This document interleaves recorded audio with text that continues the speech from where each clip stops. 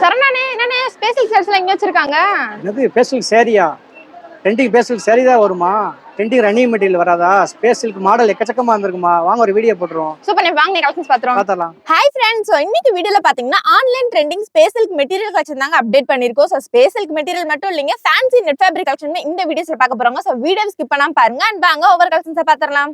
Deepavali series part 25 trending spatial.